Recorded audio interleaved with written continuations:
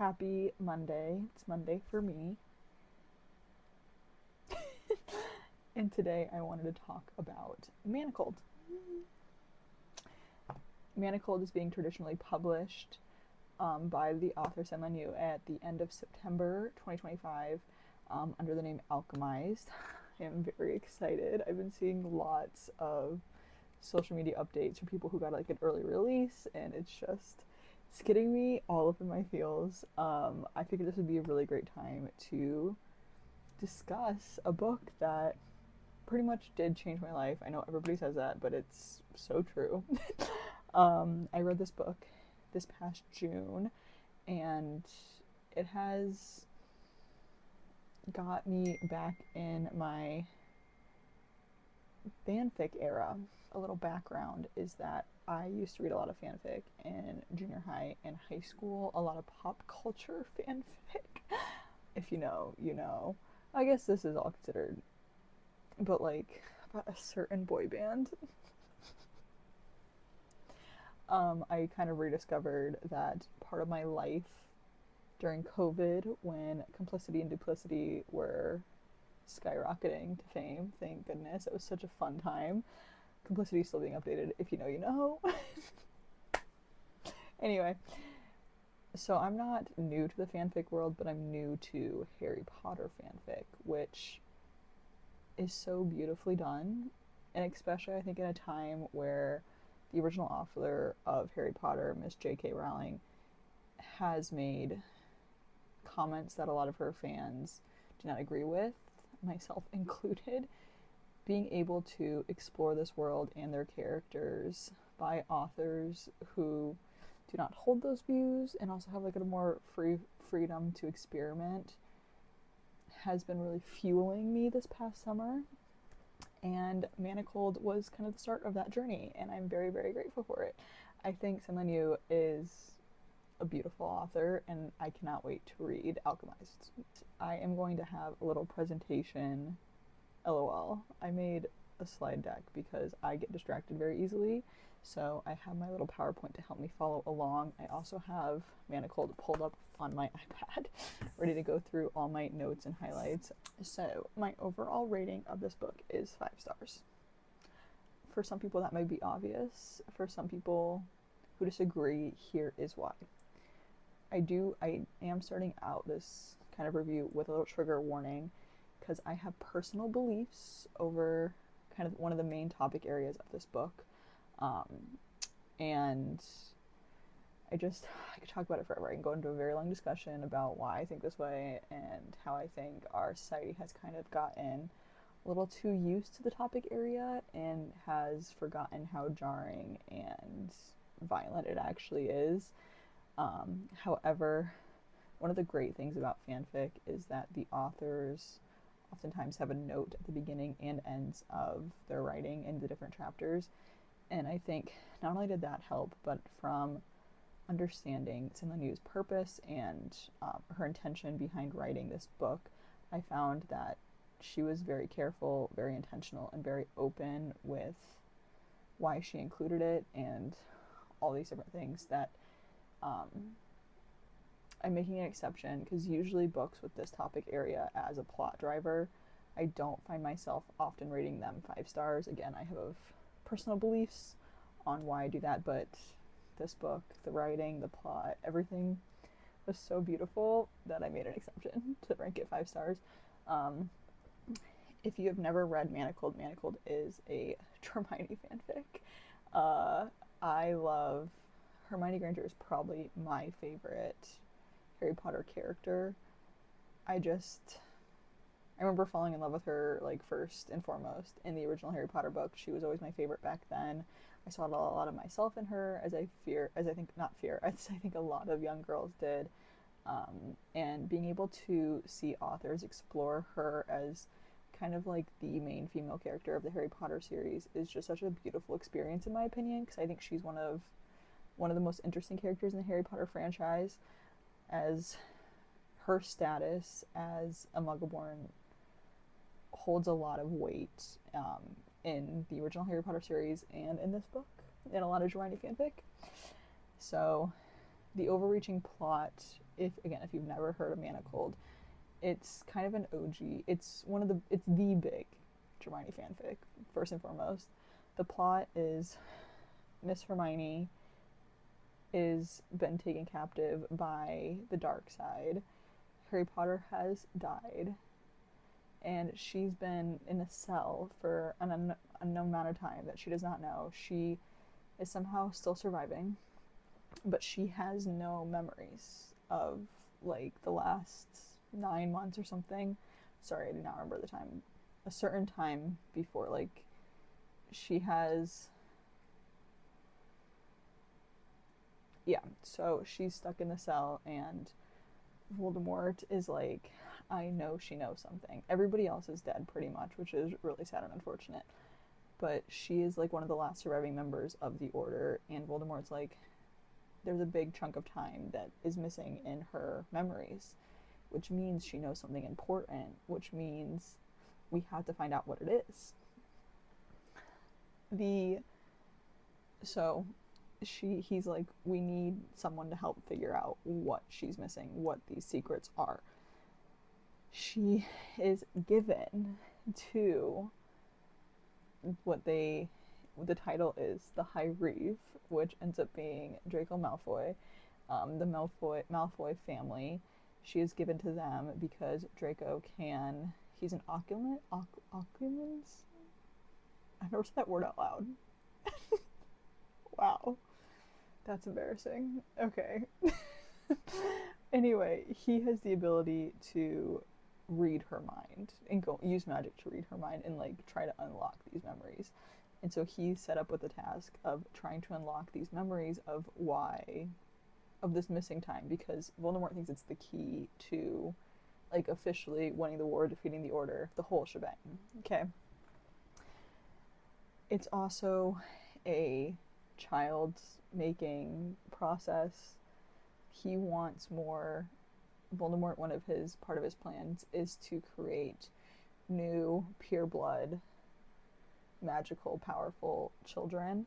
And so Hermione and Draco have also been matched in that sense to bear a child. Draco is married to Astoria Greengrass, I'm pretty sure, in this. And so the way it's set up is kind of like her journey of being in the Malfoy Manor post Voldemort's win and I almost said Harry Styles, Harry Potter's death, and her journey of figuring out how to survive. It's just overall beautiful. And I'm so grateful to be able to be a part of this community that has enjoyed this book. Anyway, I ranked it 5 stars, not only because I thought the plot was so interesting, and I'll get more into that later in the spoilers, because it requires spoilers to talk about, but SenLinYu writes such beautiful dialogue. Like, I thought everything felt like it should have been said. Like, there's sometimes I'm like reading a book and I read something and I'm like, that was so out of pocket. Who in their right mind would say that? But this was so realistic. It felt so genuine. I also, felt the dialogue was just so realistic, and it was so clever and so thought-provoking to me, and I thought so poetic. It was so good. This is one of the best love stories I've ever read in my life. I really, really enjoy the topic of the way she articulated war in this book. Again, I think some dark romances and just like war being talked about in general in the fantasy world can be kind of interesting. Like, it's not always, in my opinion, done very well. Like, I think it's just something that's like not talked about as much in the sense of it being like so terrible and hard, not only emotionally, physically, but like the length of time that war often takes up in reality. Like in ACOTAR, for example, the war is pretty much the 3rd book of the ACOTAR series, and it's not even, there's like 1 or 2 major battles. Same with Throne of Glass. Like, it's not like this ongoing thing that we see in like real life. And so I thought SenLinYu did a really, really good job of encapsulating what war is more relatable to the real world, quote unquote. Saying real world sounds weird to me. Also a side of violence that we do not see, especially in romantasy, I think, is the medical side of war, which I thought was not only so well done, but it has ended up becoming one of my favorite things to consider and read about as someone who has like nursing friends who had to like go through COVID and all these things, and like hearing their stories and like the way their job has emotionally and physically impacted them. I thought something you did such a great job. And I thought the topic area was so interesting and so intriguing and just kept me wanting to know more. And I'm someone who hates blood and gore, but I thought everything that was included for the medical side of this book was very purposeful, very intentional, very well studied. Maybe. Like, I feel like I don't know, I thought it was so smartly done. Thirdly, I love the female main character. One of my requirements when reading a book is that I have to be able to root for the girl. I have to. It is like the one thing that's a deal breaker for me, pretty much. An example that I'll give is Spark of the Everflame. This is like my example always for this because I like forgetting her name, but the first two books, I was so excited to read about this girl's journey and like her inner thoughts. And then I think the third book came around and she was so contradictory to her own beliefs and all these different things that it really, really started to irritate me having to be inside her head, that it actually led me to not finishing the series. I've not read the fourth book yet. I might in the future, but it's so far down on my TBR because I've stopped rooting for the girl. So a well done female main character is, it's just, it makes or breaks a book for me. And I thought this Hermione Granger in particular was one of the best female main characters I've ever read in the history of my reading journey.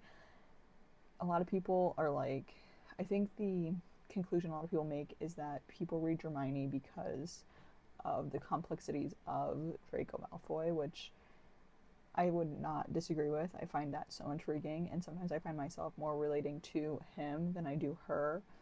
However, in this book in particular, and then I would say for my personal experience, I read a lot of Hermione for Hermione Granger and the way the female character is written and portrayed. Again, she's such a like J.K. Rowling lays the foundation for such this complex character, as she kind of is the foundation to a lot of things, of a lot of the plot, I think, in the Harry Potter books. And kind of like her and Dumbledore are like low-key main drivers of the plot with their actions. Arguably, I would argue. Potentially. So she's another reason. The way that SenLinYu wrote Hermione was another reason why I ranked this book 5 stars. Fourthly, I immediately started to reread once I was done. There's some books that I finish reading and I just put it down. And I'm like, good job. Good. That was a good experience. The minute I finished the last page, I think I scrolled to the beginning and then I like scrolled through my highlights. I spent like another 2 hours going over my notes and just like rereading passages. And that's how I knew I like did not want to leave this world yet, this universe. And so that was another reason that I ranked this book 5 stars. And then finally, I thought this book was also very true to the core of what a lot of J.K. Rowling installed in the Harry Potter OG characters. While do I think this plot would have been canon had J.K. Rowling kept writing? No.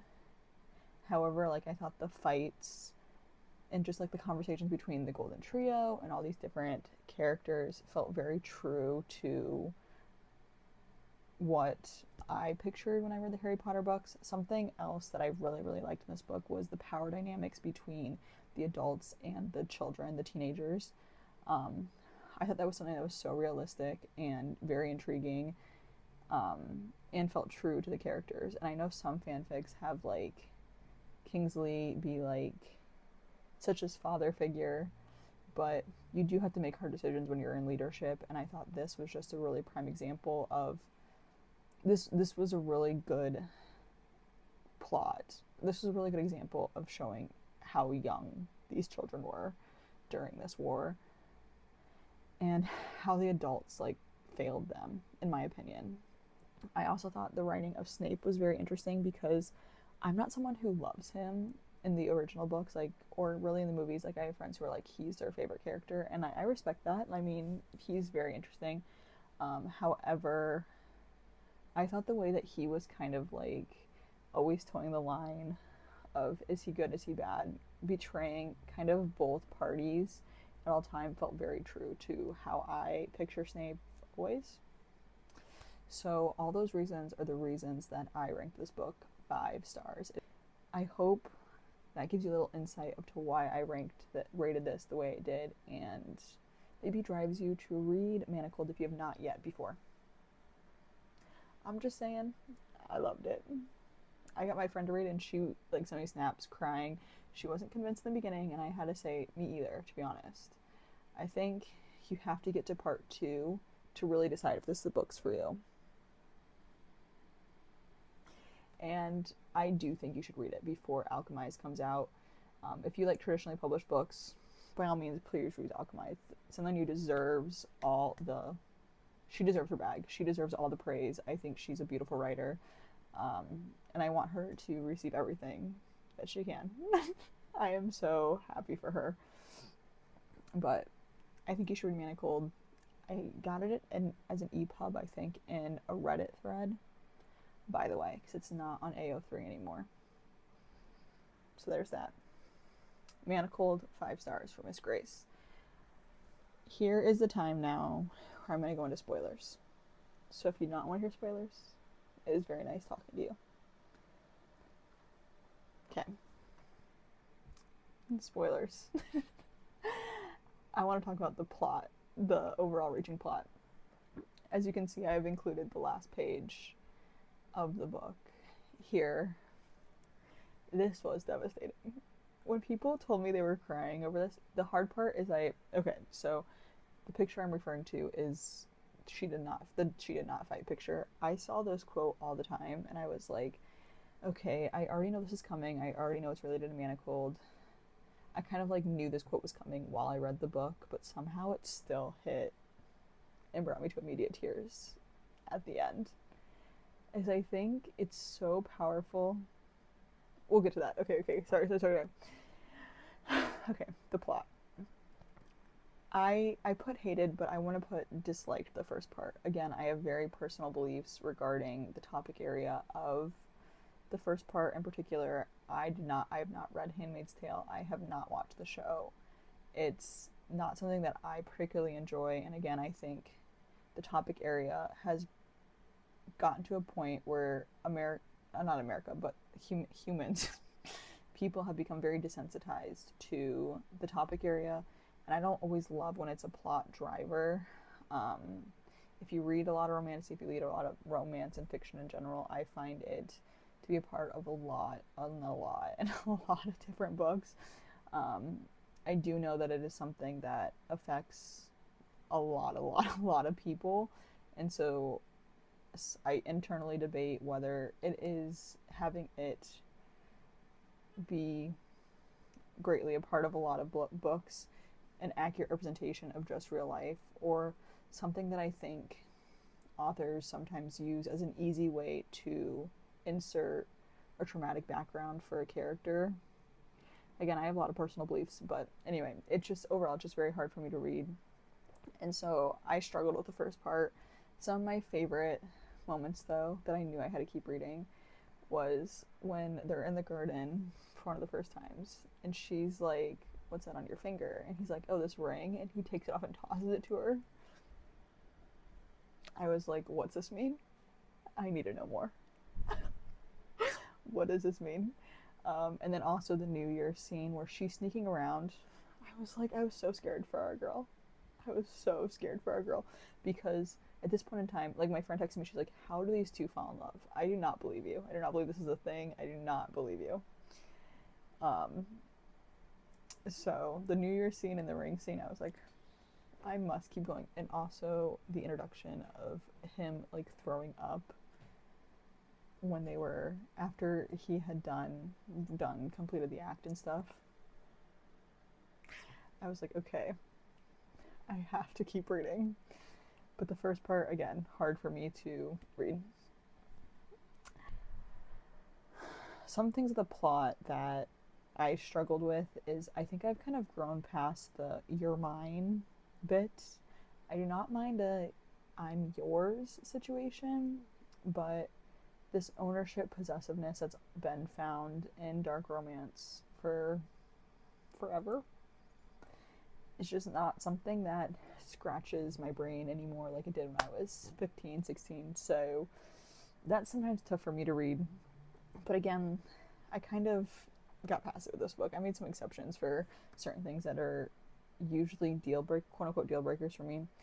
Now I'm going to talk about the last page of the book. I have not read a book that had such a banger of a last page in a long time.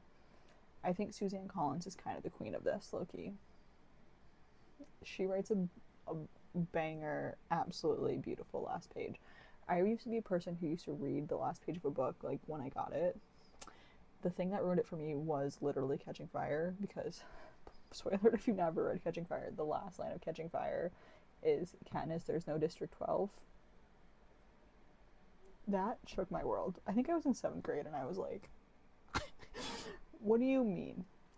Anyway, the last book of Manacled is this picture of this history book of the Second Wizarding War, and it talks about Harry Potter, Ron, and Hermione, and it's like Hermione was not an active part of fighting in the war.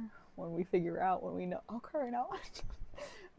find out through the book that she is like the most fundamental part of the order of the fight. I think Snape even says, and I include it later, "You were the most fundamental part of the order," and he goes, "And I'm so sorry for that," which is one of my favorite lines. But not only this picture, so it just means so much, so impactful in the story, because this picture was taken on Christmas, and the Christmas scene is one of my favorite scenes, where she goes to the cabinet, she's like, "I just need to talk to you, I just need to see you." To have it be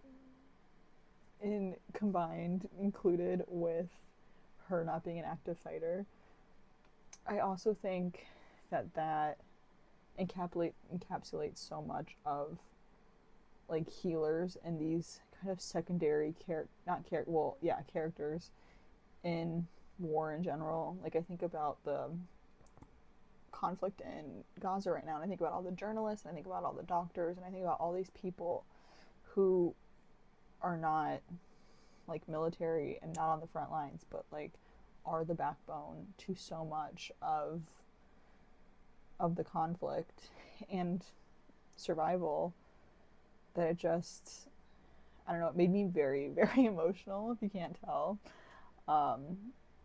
It's just, I also think it encapsulates a lot about womanhood and often the roles women play in conflict and violence, and I think the role Hermione kind of played throughout all of the Harry Potter books, like this silent backbone, to kind of be summarized to a footnote almost. It's just, it's so crazy to me. I thought it was just such a beautiful way to end the book. I'm very, very impressed. Okay. Now let's go into specifically why I love the female main character. I've included some little snippets of not only like how I see Hermione, but just like this Hermione in general. Okay. Again, I need to be able to root for the main girly to support the book, and this Hermione was just so beautifully well written. As something I've also realized is that a lot of times a female main character in like ACOTAR and Fourth Wing and Throne of Glass, I think Aelin is kind of an example. I think Sarah J. Maas with Aelin did really well, but that is also an 8-book series that we got out of that, when SenLinYu did this like with 1. What does it mean to actually fight? And I think sometimes we see these girls who are described early on in books as like dainty, thin, strong-willed, and like mentally strong, but they have to like go through some transformation to become physically strong, and then like physically fighting on the front lines, which I enjoy. But I'm very, very, very much drawn to, like, my favorite books to read are when The fighting is not always with fists. So that's what like this Hermione is, and it's so beautifully well done. I see this all the time that Hermione's very eldest daughter core as well.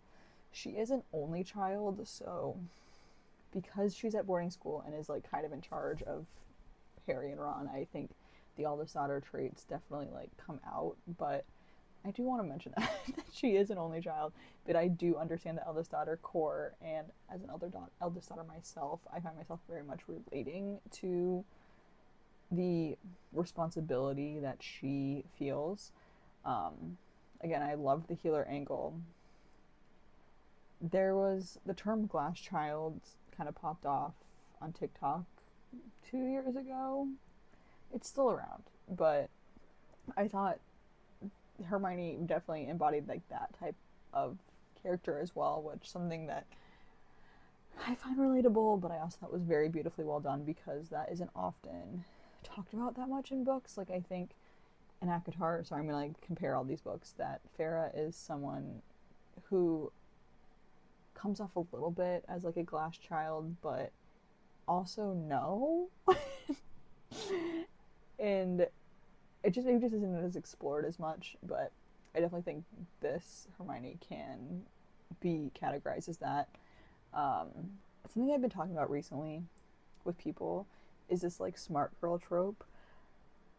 First, I'll say I love when the girly is intelligent. Academic validation was something I really relied on when I was a youngin.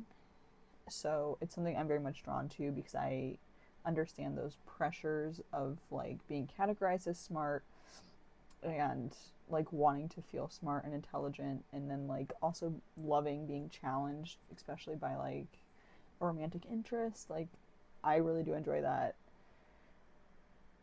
Yes, but I think this topic of a smart girl trope, I don't know if it's been talked about enough, but like Annabeth Chase can like kind of fall into this as well. You do not have to be smart to be like useful, but I think for a second, like I think people are still trying to figure out where women fit into plot lines a little bit and how they can be more than one thing, and also like not be perfect and still be useful and still be considered smart even if they're not like geniuses or like the brightest witch of their age, like these type of things, you know. um I want to go into that like so much more, but I'm very happy that I think SenLinYu does a really, really great job at writing a smart girl, a smart woman, and like her being able to use her intelligence. One of the biggest critiques I have for Fourth Wing and Rebecca Yarros is I think Violet in the first book does a good job, but in the second and third book, I think she loses.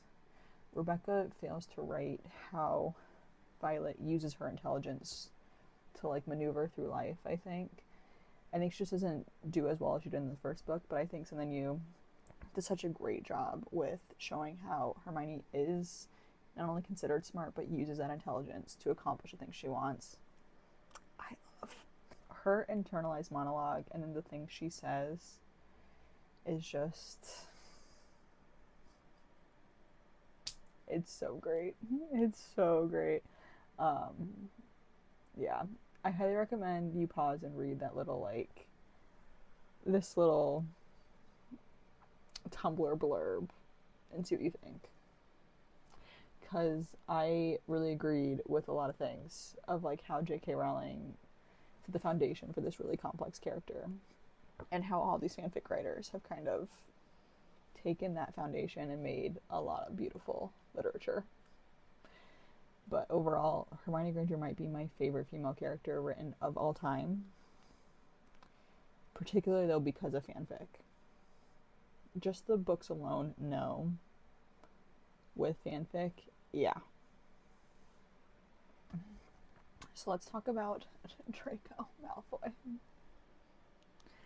I have moved him up to my number 2 book boyfriend list. So right now, it's like Dorian. Duh. Literally no one can beat him. I'm so sorry, but he is number 1 always. And then I put Draco Malfoy, I think, or he might be 3. 2, or he's either 2, I think he's 2, and then 3 is Niccolo Nikolai Lantsov from the Shadow and Bone series, but also his duology. Maybe you can tell by my top 3, like, my taste in book boyfriend, LOL. 4, I think, is Rowan. So, just a little insight for you. But I am never... Did I just name... Are my top...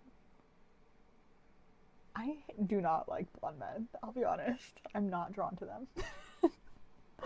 But 3 out of my 4 top book boyfriends are blonde. I'm shook right now. Anyway, a blonde man. I'm gagged. Anyway, first, I love a man in denial. I love when he's like, fight. Oh, gosh, it's...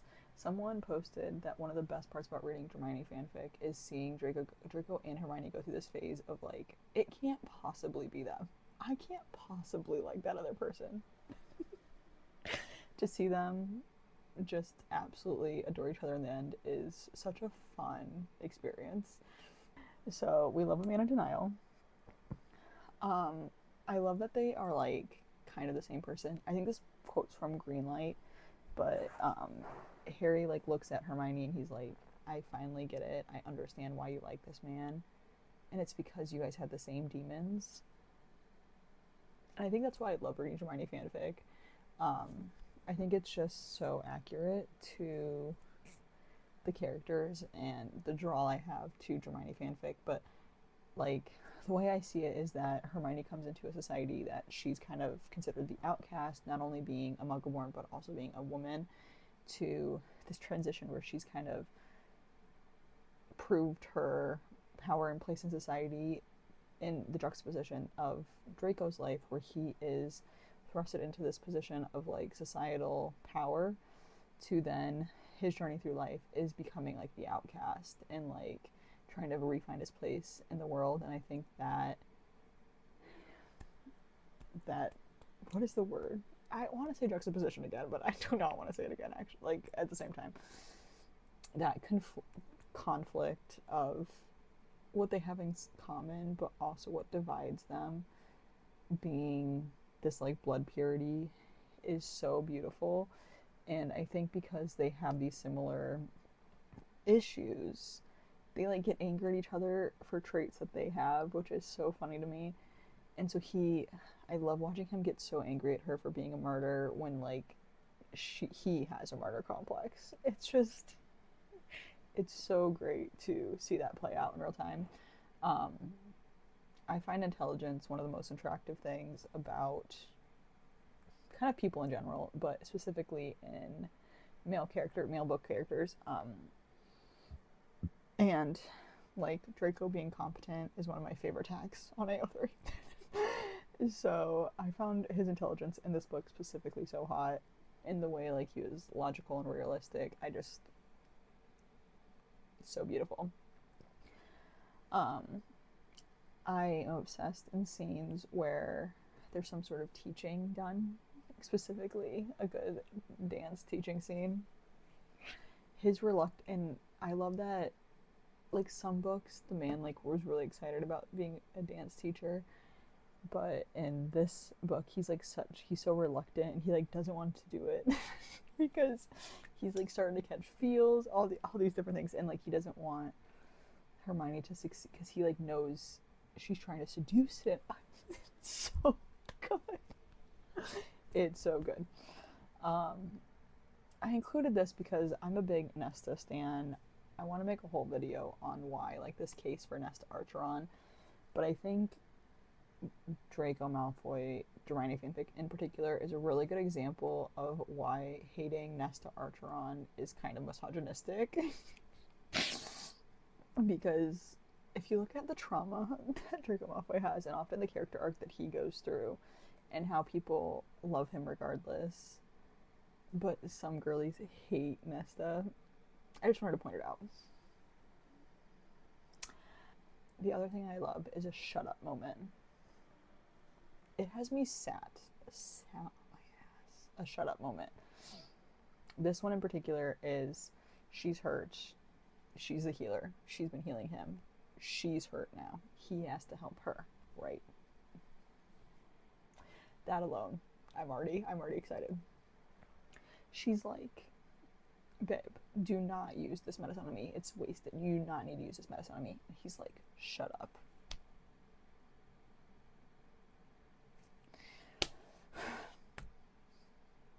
What I really, really like about this male character in particular is his willingness to apologize and recognize the things that he felt like he did wrong, and he does it like immediately without being prompted. I think a lot of times in books, the apology is often set off by like them ignoring each other, or like her looking angry, or like something, or like someone pointing out, like a third party being like, you two fighting, or something like that.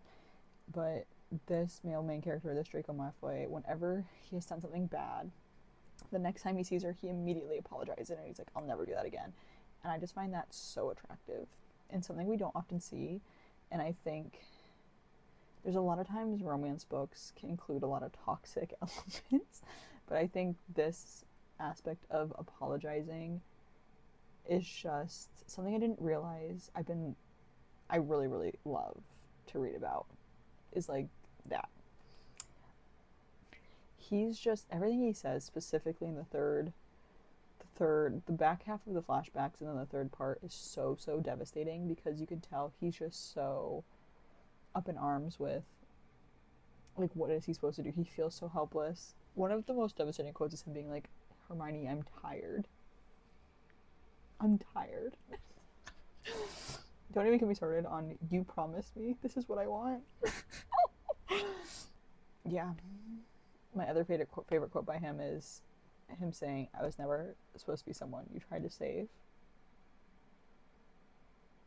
You're kidding. I'm gagged. I'm sat down and I'm like, why do you have to do this to me? Let her save you. Just let her do it. And he's like, babe, let me save you. And she's like, I can do both. And he's, oh gosh. So that's the man's. Now let's talk about their relationship. Because sometimes I really, really like the characters separately, but together they're not my fave. An example of this is Nesta and Cassian. I find them both individually great characters. Together, I really, really struggle with their relationship. I'm sorry. Again, I want to make a whole video about all that. We'll see.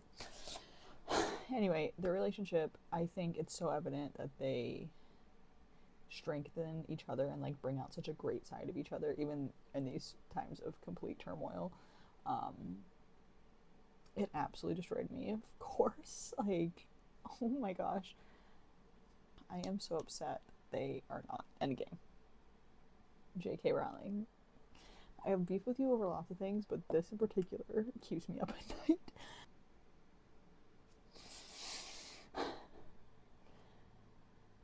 Like I said, I love intelligence, so when the couple is smart together and like their tandem thinking is just...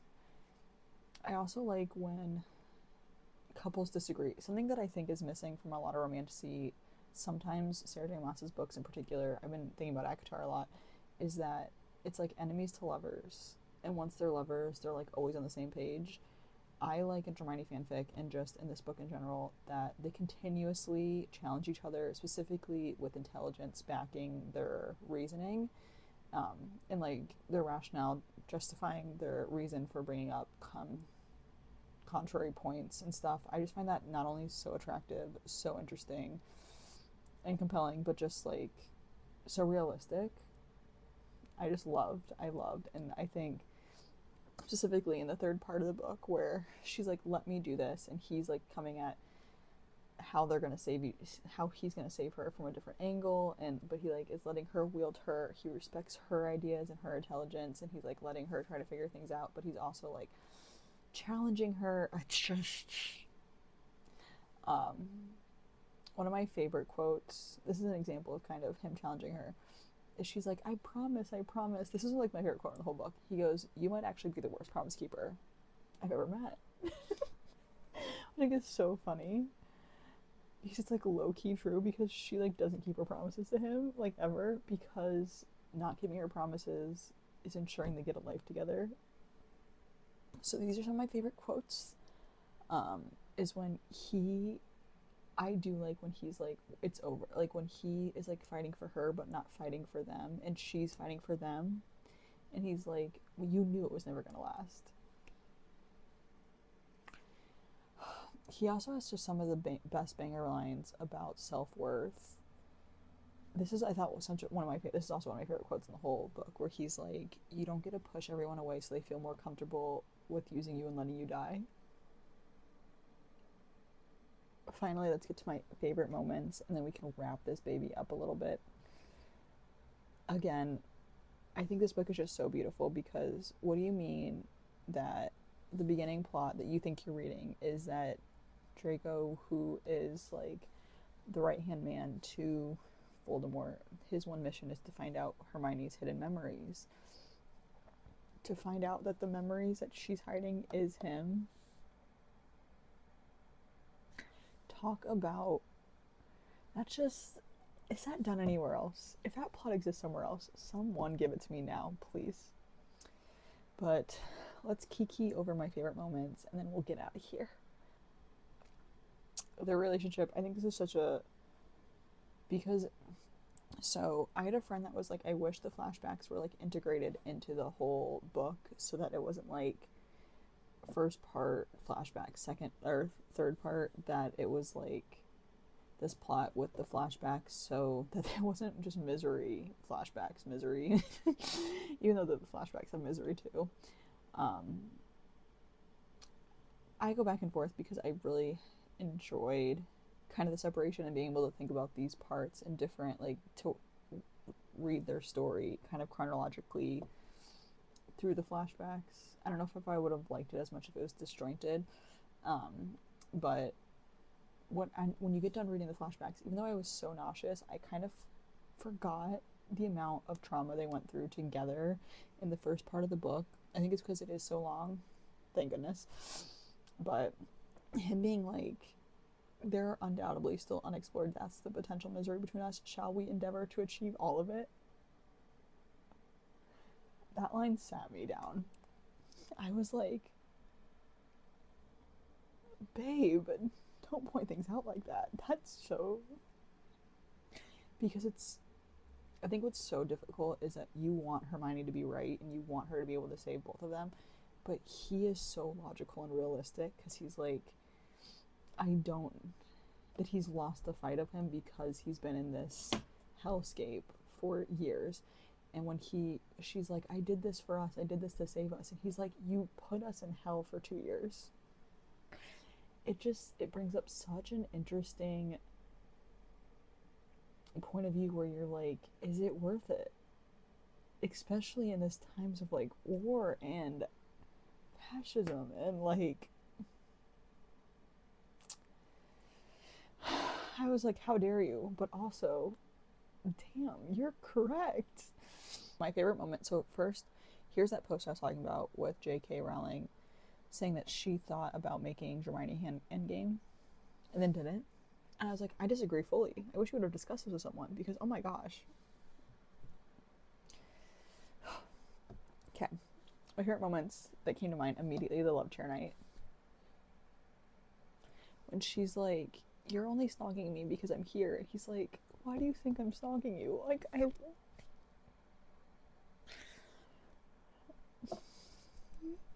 that scene is so crazy. When he says, if I would have known you gotten so lovely. Because I think I struggle sometimes with Hermione Fix, that it's like he's loved her forever since like the moment he saw her. Like, I don't mind that if it's done well, but sometimes I find it very cheesy. So I think like the falling in love for the first time post Hogwarts is something I'm very drawn to, you know, because it's like they've both grown. I don't know. I did mention this, the apologies. I loved because she's like, because he knows what she was thinking. It's that one scene where she's like, I healed you and then you hurt me, and I thought it was because I healed you, and he's like, I know, when it was really because she was keeping notes of him. loved.